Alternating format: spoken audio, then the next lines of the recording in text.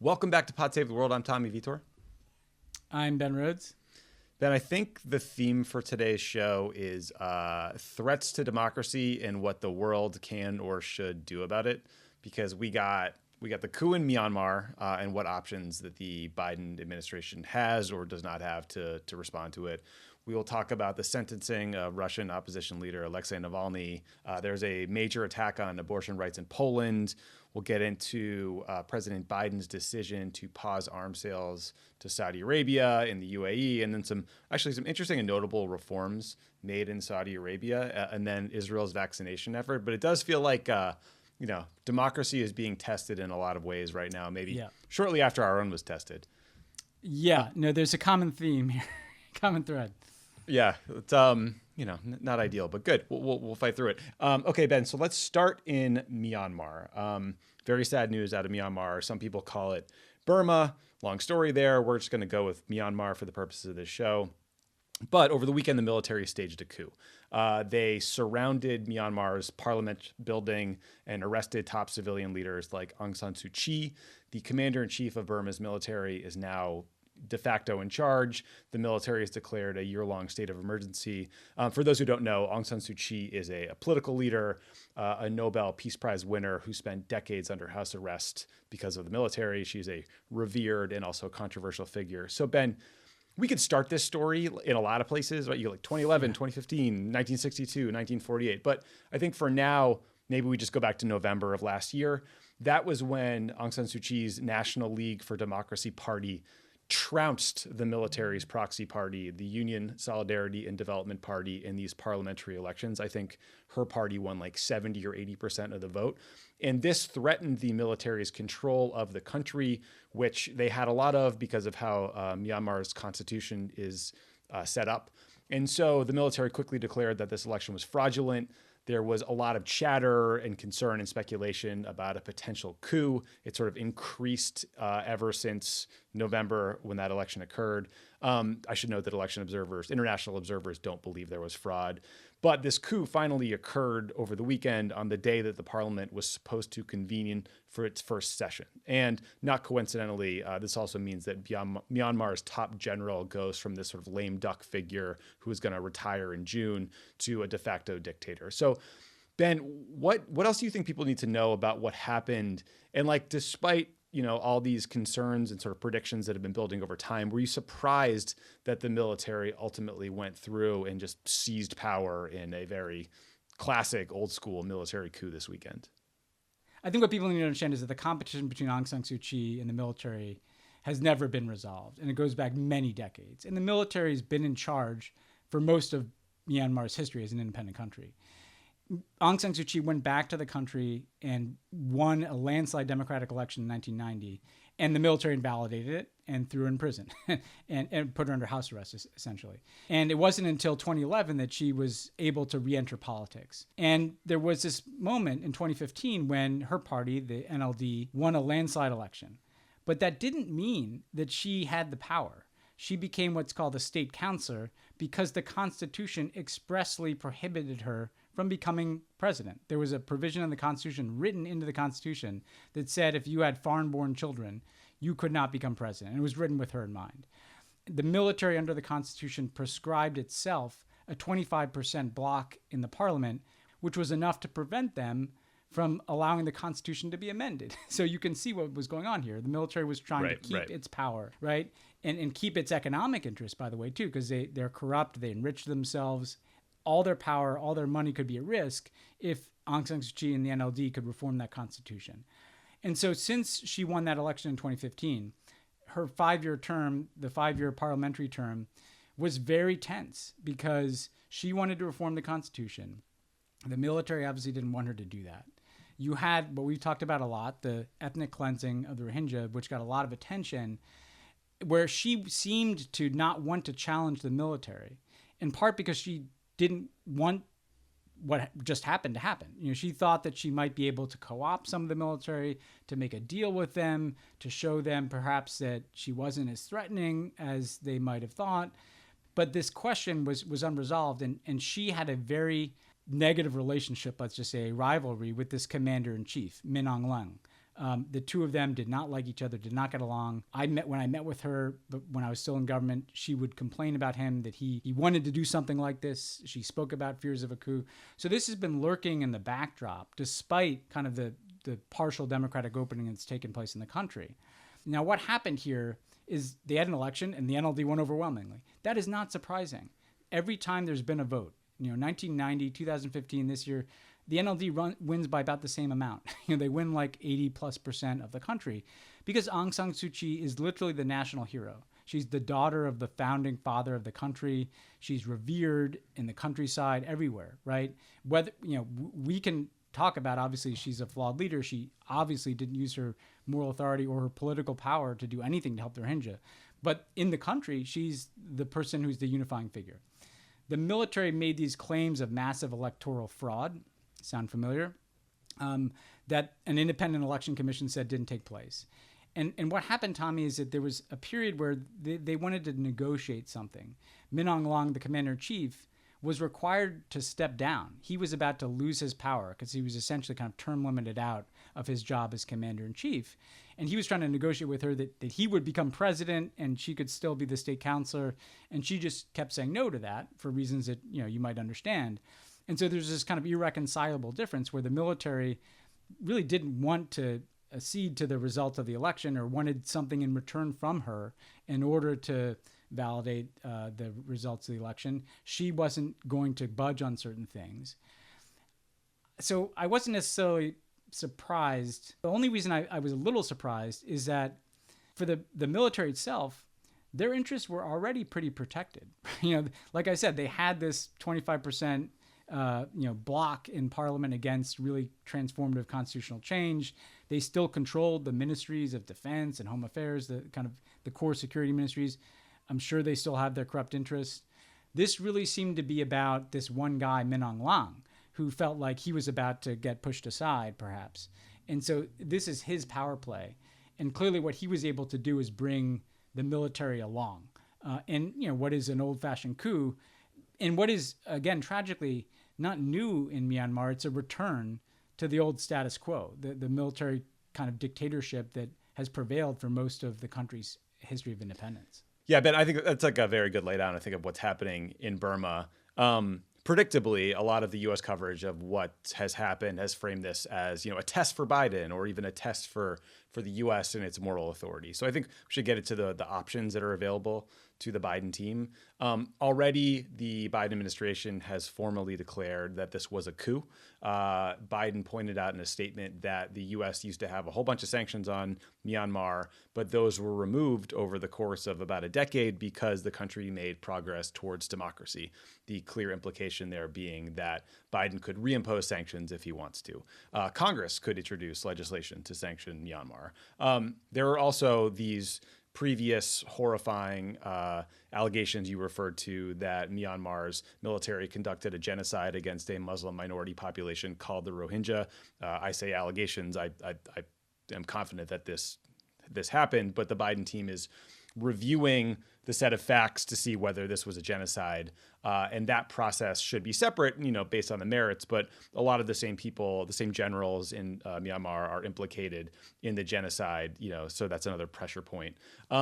Ben, what tools do you think the Biden administration has available to influence the military's behavior? And how impactful do you think those tools are against this, military government in Myanmar? And then one very leading question for you, which is, do you worry as much as I do when you read all these reports about this issue as America's problem to solve? I worry about where the logic goes there.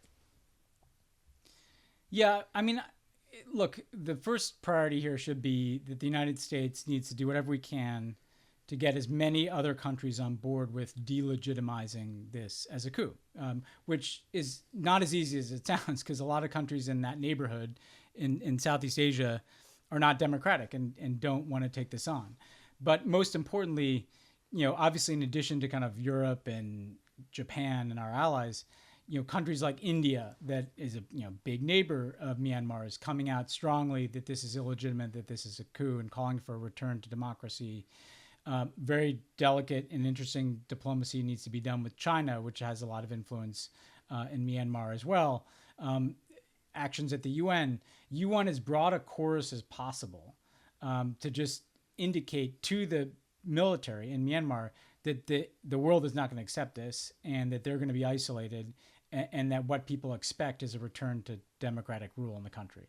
Then you want to use that to try to get into some window for diplomacy. Can we get back to some diplomacy inside of the country that allows for, a process of discussion, negotiation for a path back to the NLD being seated in parliament? The military said it wants to have another election. I mean, the NLD clearly won the last election. I think the starting point should be seat the parliament that already won the election. But the question is, can we just make sure that there's a capacity to return to democracy?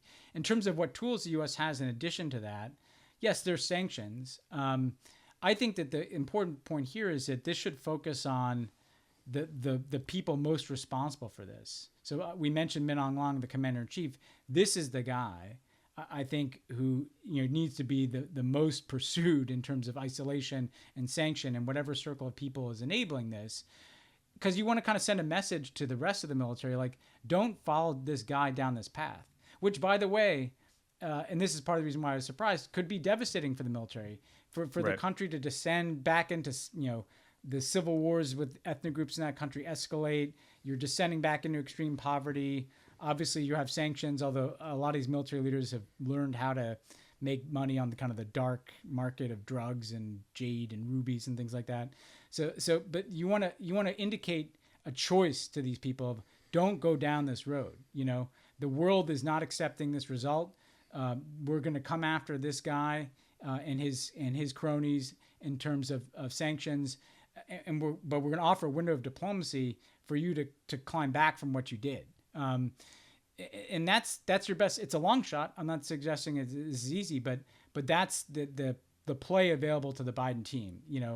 International delegitimization, sanctions and the threat of additional sanctions, and really aggressive diplomacy as fast as possible to try to get some diplomacy going inside of the country so that there's a path back from this precipice. Yeah.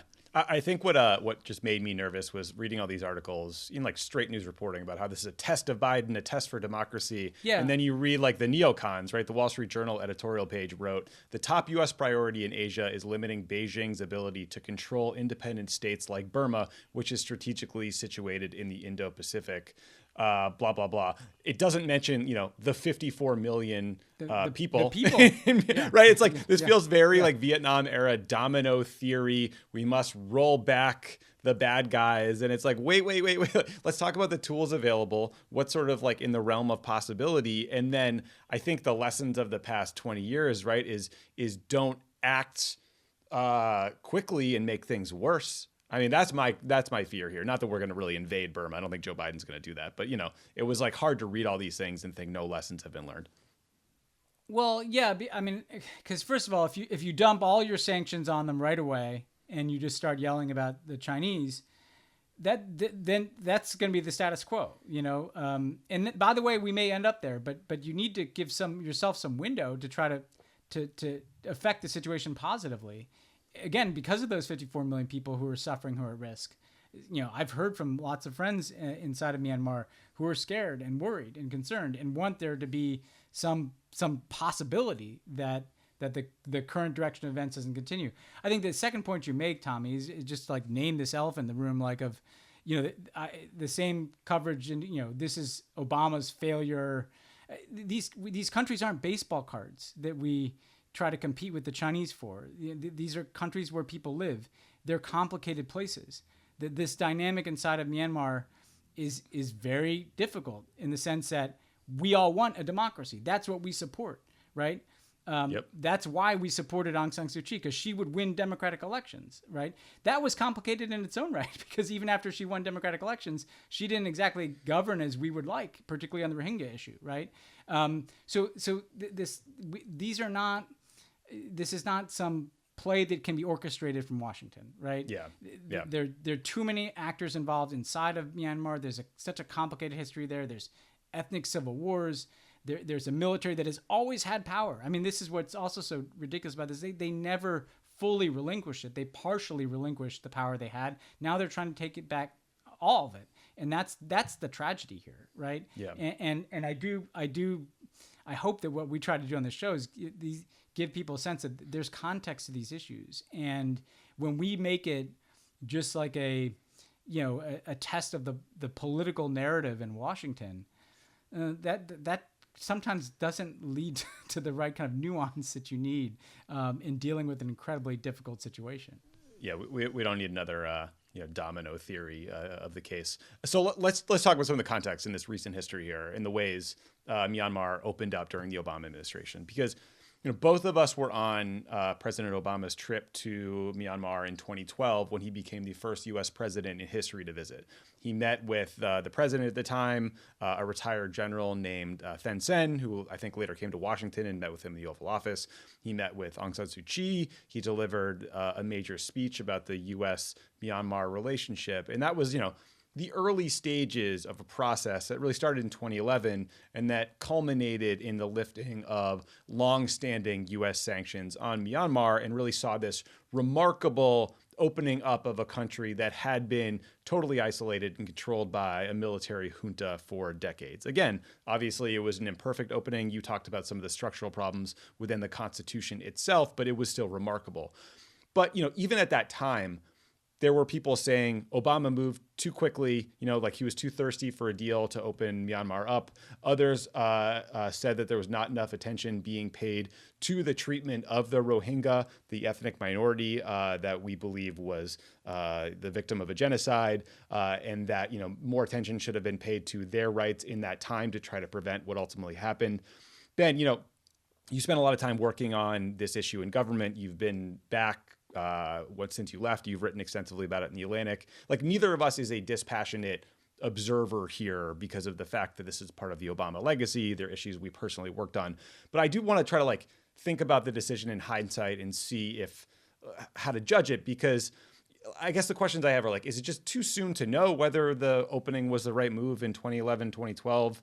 Do we think that this decade of opening up could be just a good thing no matter what, because it showed, the people of Burma that there was this better future, that was more democratic, that's now available to them? Was the military given too much leeway? How are you thinking about all of that work in hindsight, given the events of the weekend? Well, again, it relates to what we were just talking about in the sense of we didn't create the opening. It happened inside of Myanmar. The Burmese military, Thein Sein, the president, began to open up. And the United States had long supported democracy in Myanmar and supported Aung San Suu Kyi as kind of the emblem of the pursuit of democracy in Myanmar. So, again, first of all, this wasn't some situation where the United States pried something open with a crowbar. This was, the country started to open, and we thought, how can we encourage that? What is the best we can do to try to encourage that? And President Obama engaging them, restoring an ambassador to the country. I don't know why would you not do that? Looking back, I honestly, those initial steps, right, of having an ambassador and sending Obama, you want to encourage countries that begin to go down a path. And that's what we did. Mindful of the fact that not all the problems in this country were solved. So on the first question of just should we have gone, and should we? Well, of course we should have. Should we have favored the military state? I don't quite get the logic of the alternative of not supporting the opening and Aung San Suu Kyi's reentry to politics and an election, right? Because there might be a coup several years later, right? There's a question of, did we lift sanctions too fast, which is a very valid question to debate. And again, my view is, was it the time? And I still tend to think the military has its own. They lived under sanctions for decades, right? They have their own sources of corrupt financing. They trade in drugs and gems and all kinds of stuff, right? And so our calculation, in consultation with Aung San Suu Kyi, by the way, was that the sanctions were punishing the people in Myanmar, and not necessarily the generals were rich. They were rich under sanctions, right? And again, people can debate this, but my belief, and I continue to believe it, is that we sometimes overthink the impact of these sanctions. Look at Cuba, look at Iran. Sanctions aren't changing their governments, right? So to me, it's the tragedy of the fact that the Myanmar militaries began to go down a path of relinquishing some power. And when they got to the precipice of where they were going to have to relinquish a lot of it, they pulled back. And in the last several years, nothing changed their calculus from pulling back. And now they pull back all the way. I also want to say, Tommy, like, people should question us. But like, what the hell happened the last 4 years? Like, did Donald Trump ever engage Aung San Suu Kyi or anybody in Myanmar? He actually just tried to do the same thing that the military did in saying that there was electoral fraud and overturned elections. This is not pure whataboutism. The point is that the stories of foreign countries don't begin and end with American administrations.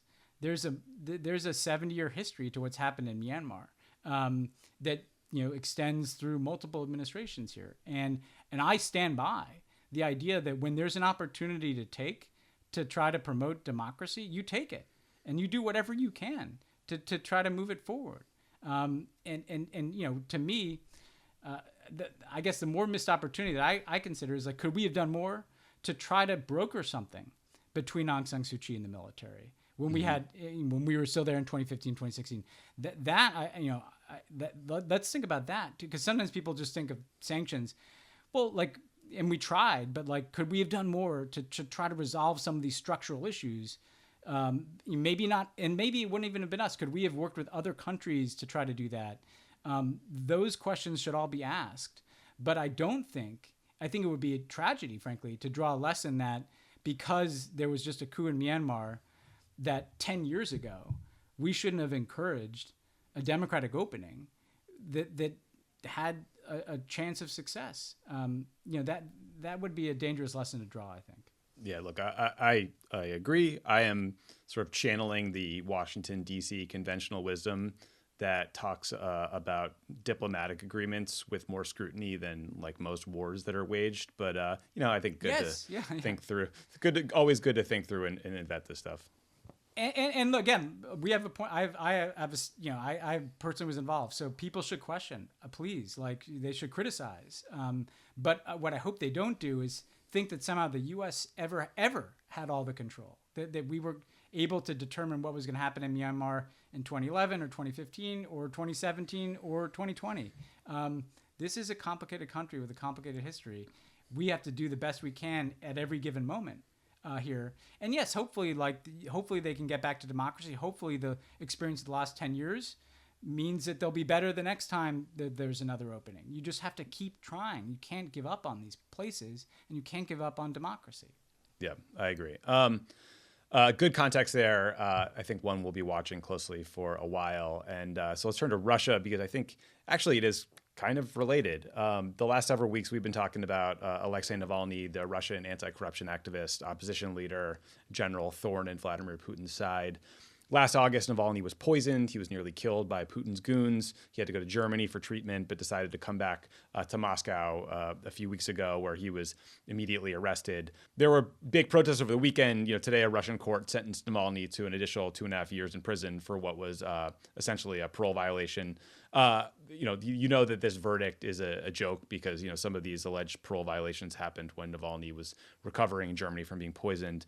Near the end of the trial, Navalny denounced Putin and said he will go down in history as Vladimir, the poisoner of underpants. The reason he said that is the poison used against Navalny was reportedly put on his underwear. That's how they applied it to him. So as we were preparing to record, hundreds of riot police have filled up Red Square and other places in central Moscow. Tony Blinken, the Secretary of State, has called for Navalny's immediate and unconditional release. Ben, this seems like a big change in terms of how Putin is dealing with Navalny. This trial was big and it was public. Previously, Russian authorities hadn't punished Navalny nearly as severely. He'd gotten house arrest. He'd gotten shorter sentences. But, the thinking then seemed to be they didn't want to martyr him. Now he may be locked up for several years. I'm sure that Biden's national security team is debating all of this as we speak. What do you think the range of options are here to respond? And what do you recommend that they do? Well, I think the sentence again, it's a human tragedy for Navalny, although he knew the risks he was taking, and he may have wanted to force the issue. And he's proven the massive support he has. And I think this will only increase the support, because people see the unfairness and corruption of this ruling. I think for Biden, again, it's related to what we just said. There's no action he can take right now that's going to force Russia to release Alexei Navalny. What he can do is shine a spotlight, never stop talking about Alexei Navalny. Every single time that anything comes up with Russia, Alexei Navalny's case should be front and center. The world's attention needs to stay on his case every single day that he's in prison. I think more importantly, because people can talk about sanctions, but we've mentioned this on the show before, what has Alexei Navalny really honed in on that has resonated with the Russian public? It is Vladimir Putin's corruption. That video he showed of this $1 billion palace that Putin clearly felt, like he got caught because he's been denying it. And now they trotted some guy out saying, oh no, it's my hotel, when it's pretty obviously Vladimir Putin's, $1 billion house that he goes to hang out at. And I think what Joe Biden can do in the Biden administration is continue the work that Alexei Navalny was doing in revealing Vladimir Putin's corruption and spotlighting that corruption and highlighting for people just how much money this guy's worth and where his money is and how his money flows through the financial system. That's what we can do. We're not going to be able to force an outcome here, but what we can do is carry this fight forward and do the kind of work that Navalny was doing, not just us, but other countries, I hope, because the corruption is the vulnerability for Putin. And that's why Alexei Navalny is in prison. And so I really hope that the Biden team stays focused on that, because this story is not over. Alexei Navalny has tapped a vein here that speaks to the deepest frustrations that Russians have with their own government. And those frustrations are not going to go away because Navalny's behind bars. Yeah, hopefully the opposition can sort of sustain all the protesting and the work they were doing, and Navalny will be safe in jail. But yeah, pretty harrowing stuff. Okay, we have a few more issues we're trying to tick through a little bit faster. So the first one was something we've talked about before, which was last week. Poland finally imposed a near total ban on abortion rights, which now are only permitted in cases of rape, incest, or when the mother's life is in danger. This ruling by Poland's constitutional court first came down in October of last year. It sparked massive protests that delayed the implementation of the law, which seemed like a hopeful sign. And then last week, it seems like Polish citizens were actually quite surprised when the government published a law enforcing this ruling.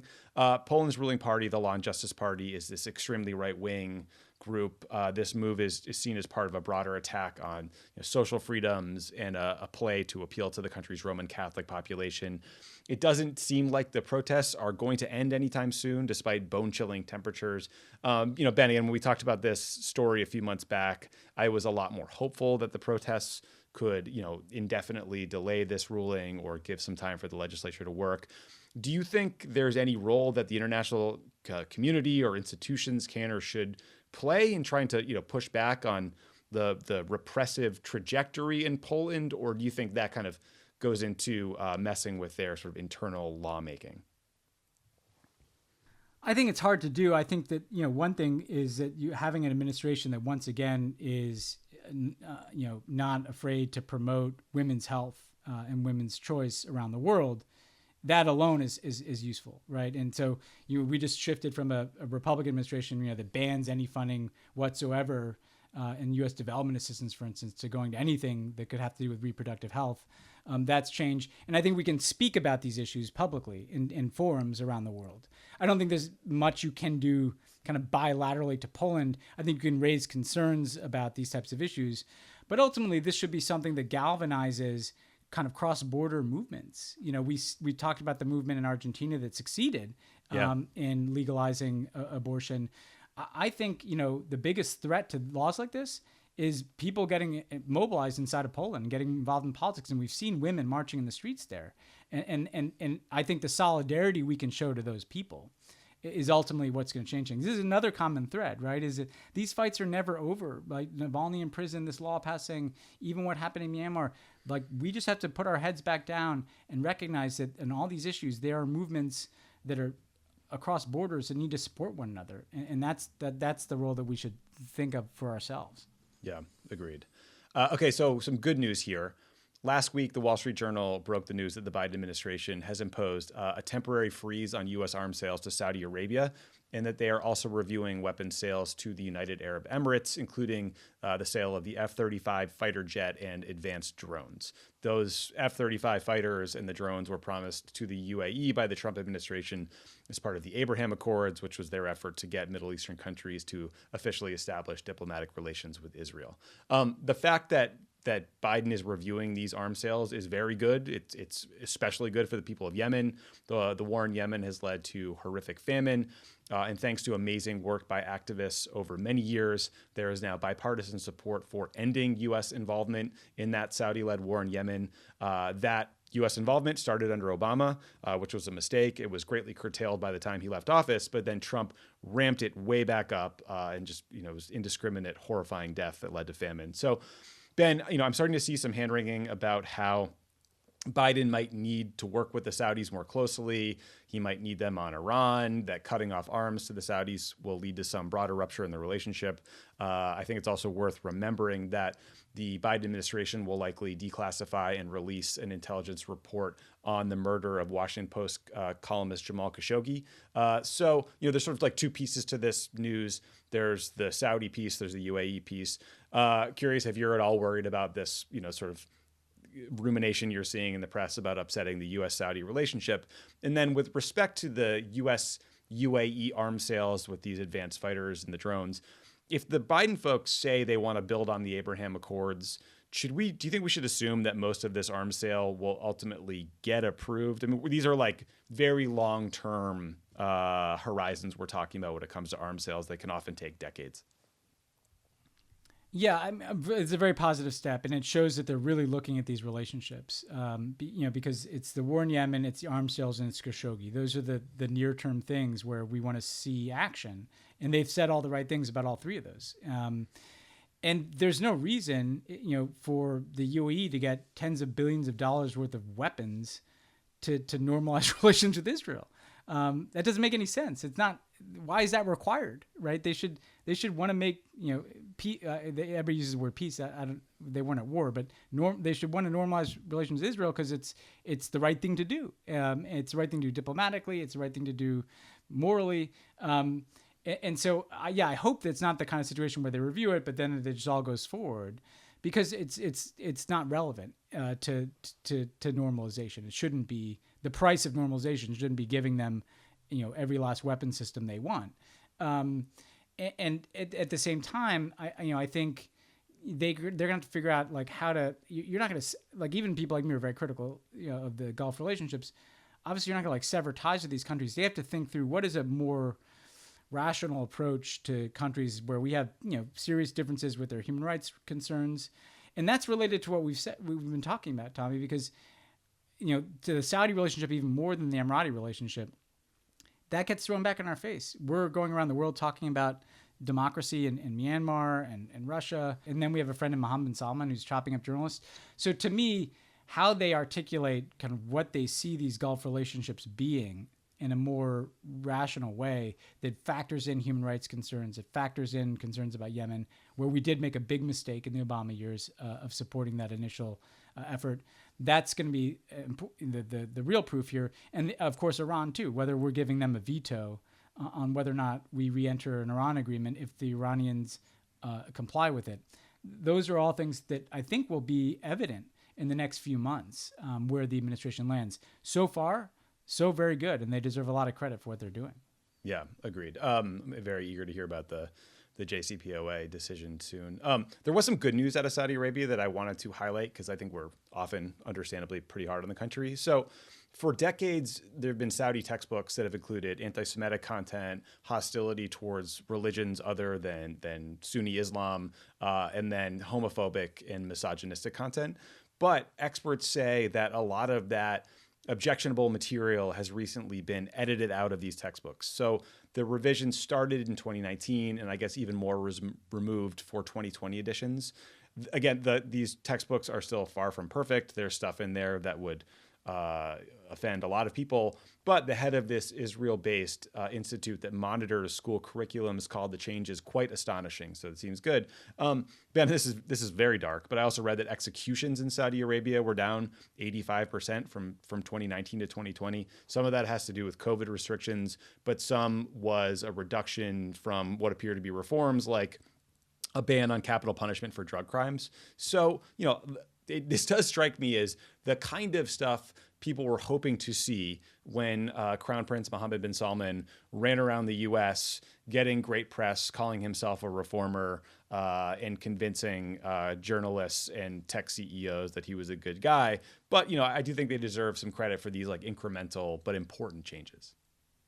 They do, and again, I've been very critical, right? But like, we should give people credit where credit is due, and these are important changes. They're kind of sea changes, in what has been a history of anti-Semitism, kind of problematic content. So, yeah, I mean, this is a good thing, and again, like, this speaks to the fact that, like, yes, the idea of modernizing, reforming elements of the society is good.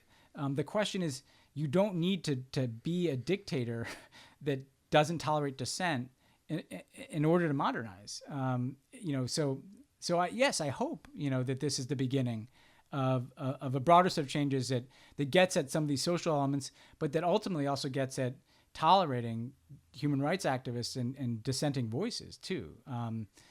That would be good. I'd rather that happen than have to be, critical a lot here. So we should welcome it. Yeah, definitely good news.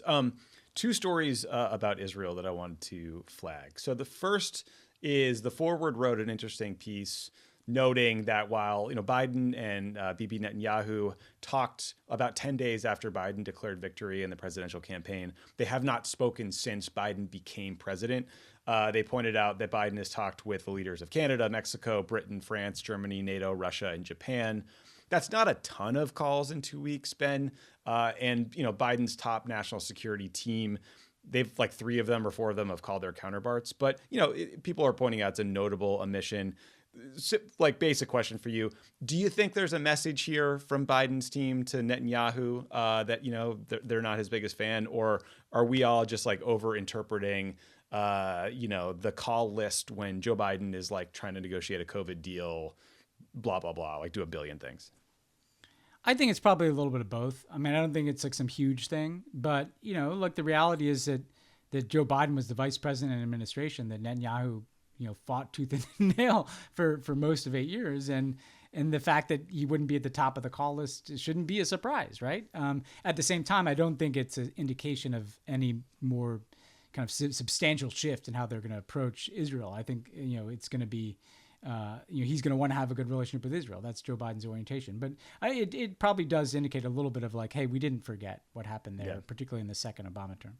Yeah, fair. The other part of this story is that Israel has run the best vaccination campaign in the world, and they deserve credit for it. As of the weekend, they had administered 5 million vaccine doses to Israel's population of about 9 million people. So we're talking about the Pfizer and Moderna vaccine. So some folks have gotten 1 jab, others have gotten 2, and so they're fully vaccinated. But Israel has vaccinated like a quarter to a third of the population, which, my God, that makes me jealous, given where we're sitting here in California and in the U.S. And the good news is that like that vaccination campaign has been wildly effective in terms of driving down case numbers, hospitalizations, et cetera. But here's a very important caveat that I think is worth talking about. The Israeli government is not vaccinating Palestinians living in the West Bank or in the Gaza Strip. And Palestinian health officials will probably have to wait months for their vaccine doses to arrive because they acquired them separately. Over the weekend, the Israeli government announced it would transfer 5,000 doses to the Palestinians to immunize frontline workers in the West Bank and Gaza Strip. But obviously that comes nowhere close to vaccinating even a big chunk of the population. It's probably not even all caregivers. So inequality when it comes to the distribution of vaccines is not just a problem in Israel, right? In the US, you're seeing Black and brown communities get vaccinated at a lower rate. Rich countries like the United States have been able to buy up hundreds of millions of doses of vaccines, while poor countries will have to wait longer. But I did think that this was a pretty egregious example. given that, when it comes to Israel, we are talking about territory that in one instance Israel occupies, and when we're talking about Gaza, they control access to. There is a broader and more important point, which is admittedly very hard to make when we're all scared and we all are stuck at home and we just desperately want to get vaccinated, which is that like vaccine nationalism, worrying about your country first, is not a winning long-term strategy, right? Because even if we vaccinate every American, we're not going to be safe if the vaccine is like flying around the planet, replicating, mutating, maybe making vaccinations less effective, right? And so similarly, Israeli citizens aren't safe if their Palestinian neighbors aren't getting vaccinated and they're commuting in another country for work. So kind of a, important detail in what otherwise would be just like a total success story. Yeah, and a great credit to them for what they've done. As usual, like when Israel puts its mind to something, it's extraordinary what they can do. But to your point, it's one of the reasons why they hit such high targets is because it was a relatively small geographic space. So is the West Bank and Gaza, and for moral reasons and for practical reasons, like you say, they should not be practicing this type of vaccine nationalism, which again we might see in other places too. So my hope is that changes. It's really, think of how close people live to each other across some of the lines that divide the West Bank and Israel. Like, they can do this, and if they want to be, they're an occupying power, they should do it. Yeah, yes, they should. Last thing, just on vaccine supply, just to close out here with some good news. I saw right before we came into the show that there is preliminary data that shows that Russia's Sputnik 5 vaccine is over 90% effective, and it's 100% effective against serious illness. So again, that is great news. There is no great power competition when it comes to developing vaccines. We need billions of these things. So that's just made me very happy. Again, another theme, like public health should be the most apolitical thing.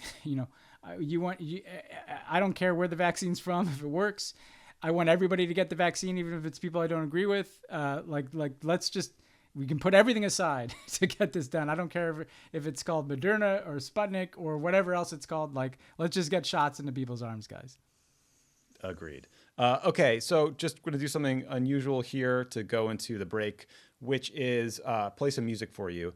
This is Anastasia Vasilya, a doctor and close ally of Alexey Navalny in Russia. She was playing the piano as police investigators entered her home to search the place, and they ultimately arrested her because she is in the opposition.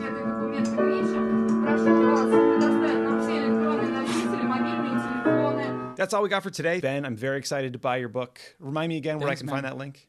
Well, you can go to Amazon, or you can go to your independent bookstore and support your independent bookstore. Or if you go to my Twitter feed, there's also the Random House, my publisher's link. So there's lots of ways to get it. But I really hope people check it out. Fantastic. I cannot wait. Talk to you guys next week.